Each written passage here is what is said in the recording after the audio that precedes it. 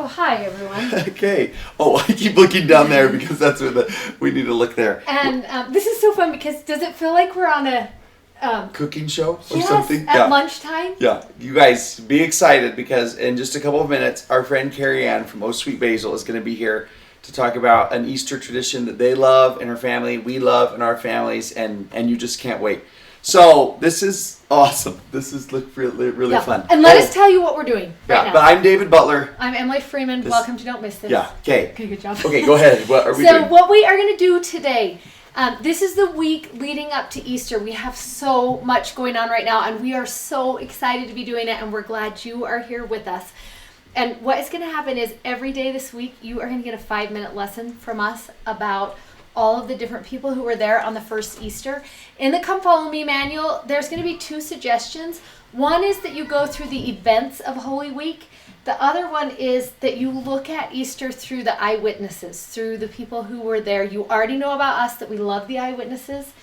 And that is what we want to do. We want to talk about each of the people and the lessons that you learned. So you are going to get a 5-minute lesson every day this week from us, and what is going to be included.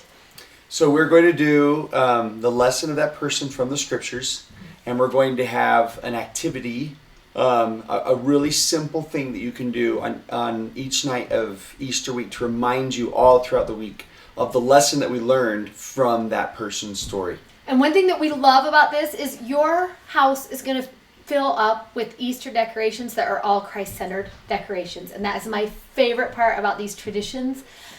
We do not want you to be overwhelmed. So if you want to do all the nights, do all the nights. If it overwhelms you, just pick 1 or 2 nights.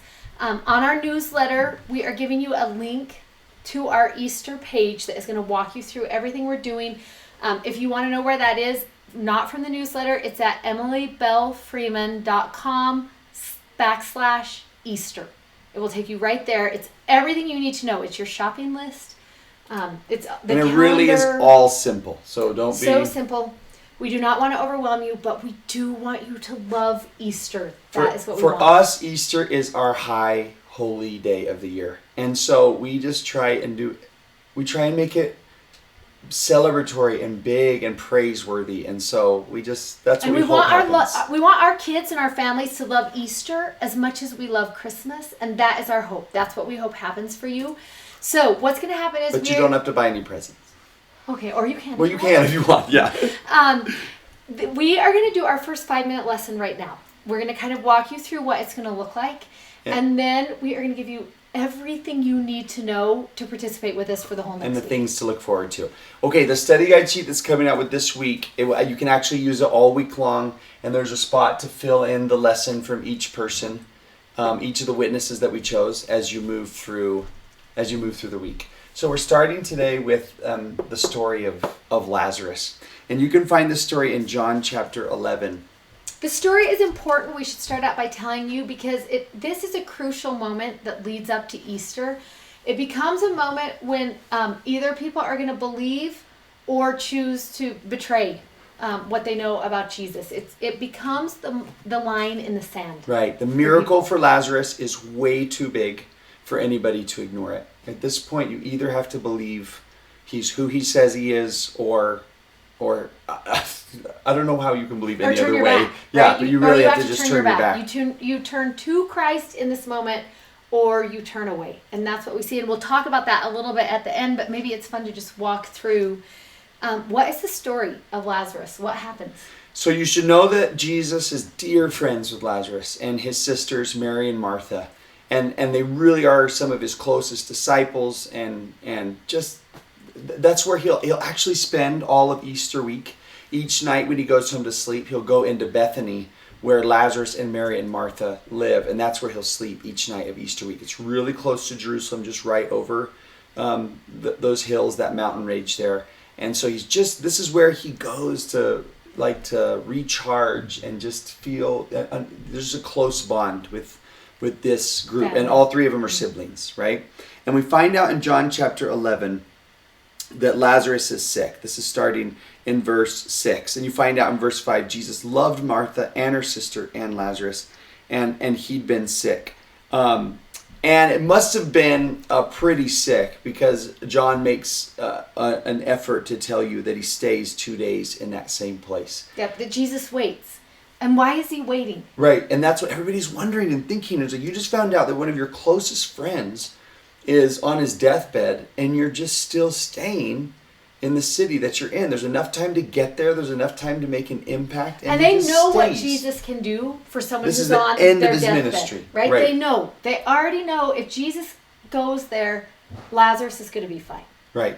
Everybody is thinking that. You find out a little bit later that he waits, and he ends up waiting for 4 days in verse 17. And he tells the disciples, Lazarus has died. And so now they know that he knows, and he still waits of him 4 days in the grave. He waits till the funeral's over. He waits till the burial has happened. He waits until the tomb has been sealed shut. He misses everything. And it makes you think about those times in your own life when you ask those questions of, why is this happening? And does the Lord know this is happening? Is he aware of this sadness and this terrible thing and the pain? Does he know what is happening? And it's so interesting because we find out all through John, he knows. He knew at day 2, and he still knows at day 4, and yet he's waiting. Right. Almost as if it is in that, because of that pain and because of those days of waiting, that you're going to be able to see the beauty of the miracle that he's about to perform. And I almost see this story as Jesus's object lesson for resurrection. Mm-hmm. This will be a miracle. It's like, how do you teach someone who's has no concept of this before? Doesn't know, what's resurrection? So he waits not until Lazarus is just dead, but until Lazarus is dead. So anciently, the custom was that the spirit actually hovered over a body for 3 days after they died. And then left off into the spirit world. So he waits 4 days, so that Lazarus is not just mostly dead, but beyond help, gone, forever dead. The tomb is sealed. There's nothing that can be done now. And we even get to the spot in the story where when he says to open up the tomb, they're like, no, his body is already rotting. Like, it's over. It's finished.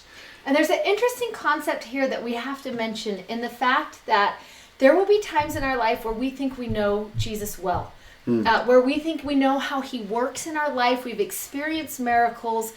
And what the story of Lazarus tells us is there will be things in our life where we will come to know Jesus in a way we didn't know him before. And this is going to be one of those moments. I love when he comes walking down that street, and Martha runs to him first. She is the first one there. And the first thing she says to him is, in verse 21, if you had been here, my brother had not died.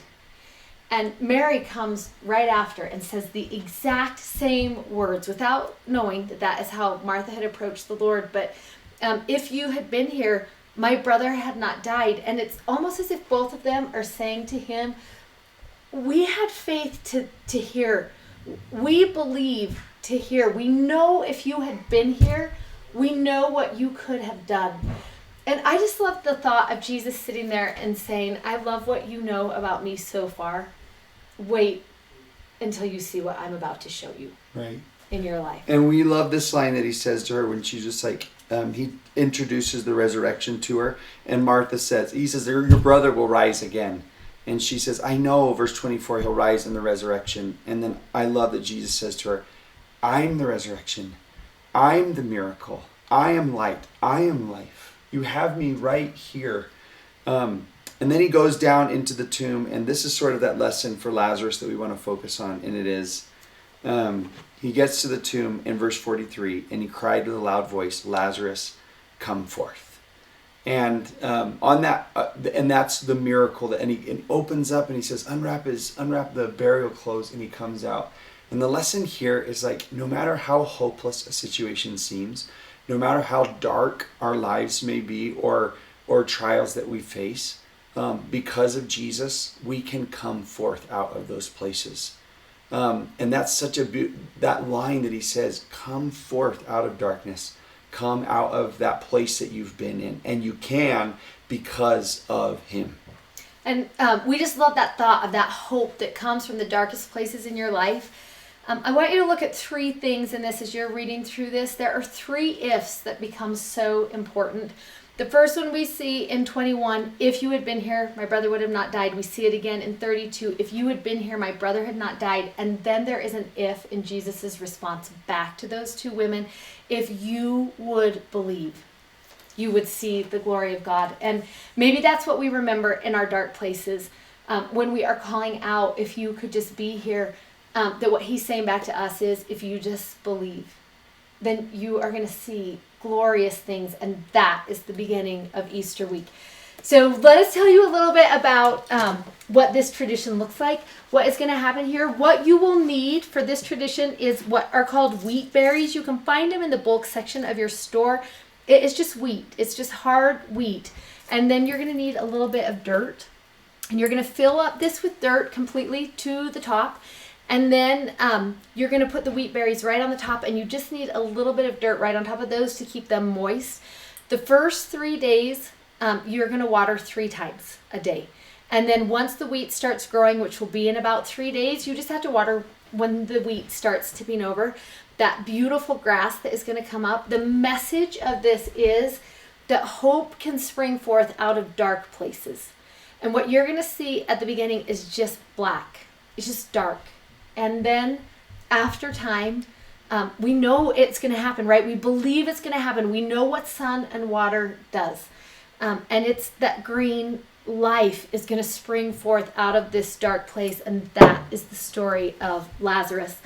I just want to end with this one thing, and we'll do this every single day, what each person tells us. And Lazarus reminds us of the unexpected hope that will spring forth from the darkest moments of our life. So there is our first eyewitness. Yeah, there it is. There's Lazarus. So okay. Every day of this week, we are going to have a short lesson like that on a different eyewitness. Now, for these, we are actually teaming up with our friends over at LDS Living, and all of these videos are going to be on their YouTube channel. So if you just went to YouTube and looked for, just look for LDS Living's channel, subscribe to it, and you're going to find that's where they're going to be posted. Or follow us on Instagram. We'll link to it. You're going to find it. And in the newsletter, we are actually going to put their link right underneath our link, just like you see it. So you're just going to go straight over to YouTube. We will help walk you through it. You'll have that link.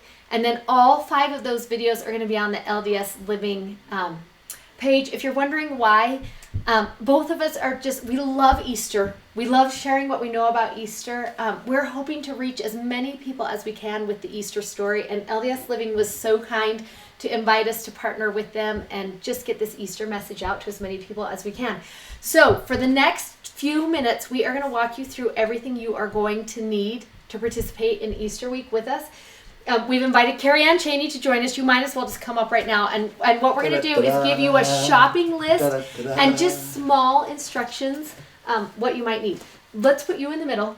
I will grab all the supplies one by one as we go. So we just taught you Lazarus. You needed dirt and wheat berries and water and a little place, and you are home free. You are good to go. If you want more detail, then we're giving you both of these books that we worked on together. These Easter books that you can find have all the activities, all the lessons, everything that you need to know. A link to them for anybody who wants them. So Monday is going to be... Okay, Monday is the people of Jerusalem for the triumphal entry when Jesus comes in. And what you're going to need is some sort of branch for that week. And it'll be explained during that video. Or a big branch. You're going to want a big branch. This is what you need for day 1. They're not palm leaves. We wish they were. Hey, no, you can do palm leaves. Oh, well, you can't because you have to hang something from it. Maybe probably lobby it. Yeah. Yeah, still get a twig. You can do that. Yeah. You can cut them down out of your front yard. That is what I did. You're just going to put them in a vase. This is all you need for day 1. Okay. Day Easy. 2 is going to be about Simon, who carries the cross for Jesus. And what you're going to need is some jute string. Okay, just some simple string because you're going to tie a little bracelet around your wrist as a reminder. And so we're going to talk about that. So and we'll teach you everything you need to know during the videos. Just giving you your shopping list. That's all. Okay, then day 3 is going to be Joseph and Nicodemus. And what you're going to need for Joseph and Nicodemus are just some of these regular plastic Easter eggs. Yeah. They need to be able to open. You're going to create a testimony tree. We can't wait to tell you about it. Super cool. Just Easter So eggs. make sure you have those. Mary is going to be on the next day. And what you're going to need for her is... What you're going to be doing for her is dyeing Easter eggs. And feel free to dye them however you want. We are going to be sharing a fun story with you. We've talked about it actually before, the grandmother in Serbia. We want to teach you how to dye red Easter eggs. What you're going to need if you want to dye red Easter eggs are these onions. And you just want this skin. So just go get as much skin as you can. Every grocery store is going to wonder why everyone's peeling all their onions. But you just want the skin. You just need some skin. We'll tell you what to do with that. Okay, then the next thing is going to be the disciples on the road to Emmaus. And what you're going to need for them are just little note card things. Yep, little paper. You're going to write on... You can buy cute paper, ugly paper. Mm-hmm. And then Thomas is going to be on our second to last day. And you might want to get some Easter lilies for Thomas. And you can find those just anywhere. But we'll talk about... we'll talk about that when we get to him. And then for the last day, which is going to be Easter Sunday, Carriane is here to talk about... that tradition we were telling you at the beginning that we love so much. It's going to be so fun. Easter Sunday. And so you're going to want it walked through so that on Easter, when Yes. you listen to our Easter message, you are ready to go. Just ready to go. Yeah. Okay, should I swap with you and you be in the middle? Swap. Okay. This is our family's most favorite tradition for Easter because it's really visual for the kids and it tastes good. And in the end, you just want to eat. I mean, that's do you go to a party to hang out? No, you want the food. So, I mean, we love this book. We actually do this book every year as well. And so it fits really well with everything. We're making, our family calls them empty tomb rolls, but I've heard them called resurrection rolls. They're so easy. All you need is some dough, cinnamon sugar, and butter. So Emily will grab that and marshmallows. And we get See asked, how good I am? It's like we're on a real life cooking we show. should right do now. the Food Network. Okay. Yeah. Together. And the man always makes the weird comments, right? So he's just like, wow. wow. That looks really That good. looks great. Okay, so it's so easy. The best part is this is something your kids can get involved with and you don't have to stress about. I know that cooking with kids is a beast. It's not always easy, but this one is. And it's okay if they get messy. I mean, it's all going to turn out. So we're going to press the dough out. This is just frozen dough, or you can use your own, or crescent roll dough works as well, into a little circle like that. Then we take a marshmallow and we're just rolling it. Just pretend. The butter melted and then it solidified. It's fine. In the butter, and then you roll it. Oh no, look, it's working just fine. You roll it in the cinnamon sugar, and then it goes into the dough. So this I love that the cinnamon goes on the marshmallow. I would have never guessed. Well, think about all of the spices Right, from Nicodemus. Right. And, it's so good. Yeah, so we're putting Christ's body, right? It's a white marshmallow. He's all wrapped up. It sounds weird to say that. We're not really putting Christ's body in. Someone please do not email Sunrise. We're putting it in the dough, and you pinch the top so that it's nice and sealed. Then you would roll it in the butter again and into the cinnamon sugar. So it looks like that. And then you just pop it into a pan. This goes into the oven. I'm sure we're going to link up to the recipe, I assume. It's on our website, and there's a video on there as well that will take you through the whole process. The biggest question we get every year. Well, you have to tell them what happens. Walk us through I will. Yes. So you put the marshmallow in, you put it in the oven, and it bakes up. When it's done, it's like this. So it's just a big old pan of rolls. And you're going to take a roll out, and you open up the roll. And as you can see, it's an empty tomb. Can you kind of see that? Do you see the marshmallows gone? The marshmallows gone. And this is your favorite take it part. all the way up? Yeah, take it up. Here. Carriane was telling me that the number one question they get on their See, site. it's empty. And I don't mean a couple. I mean we get hundreds of thousands of questions on this. Is how did we get the marshmallow out? We didn't. Bless your souls for thinking that I have a knitting needle and I'm yanking that marshmallow back out. But when it bakes, the marshmallow, butter, cinnamon, sugar mixture turns into a caramel sauce. And Inside. It melts away. And so it's all over in the bottom of the pan. It kind of leaks out. And you have this really delicious cinnamon sugar roll. I'm so cinnamon sugary right now. But and it's I just delicious. ate part of it, and I love it. I will vouch for the fact that it's so good. Oh, you're such a help. But the kids love it because then they see that Christ's body was no longer in the tomb. And you can actually spark conversations with such little children about No, he wasn't there anymore. Anything can happen. Christmas could happen, his miracles could happen, Mary and Martha and all those different stories could happen, and it doesn't matter. Because in the end, it took Jesus Christ being resurrected, not being in the tomb anymore, for us to live again, for us to see Heavenly Father again. So we concentrate so much on Christmas, and it's wonderful, and we're glad he was born. That was essential as well, for sure. But if he had never died, then we would never live to see him again. And so we get to have a really fantastic conversation. We love that this is such a great object lesson. Yeah. And this is what is going to be true about every single night. There is going to be something simple and very child-friendly that you are going to do that is going to teach a testimony underneath. It's going to be an object lesson that is going to testify of Christ all week long. We'll walk you through those.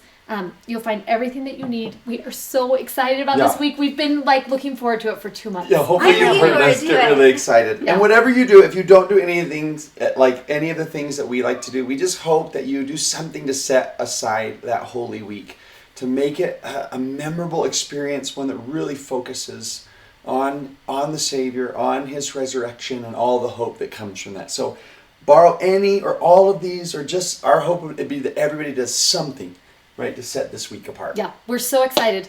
We can't wait to celebrate Easter with you. We can't wait to hear about your celebrations of Easter. So share with us what you're doing and what you love. We want to hear about all of it. Yeah, show us pictures. I want to eat it. Okay, you can. We'll You're supposed to finish by taking a big bite. Oh, right? that's what's right. supposed to happen. I'll get ready. As I'm you going end to eat it, a bite. And I'm I'll just end going to it. do this. Let's just see how it turned out. Oh, it's so Oh good. my gosh. All right, happy Easter, everyone. We can't wait to spend this week with you.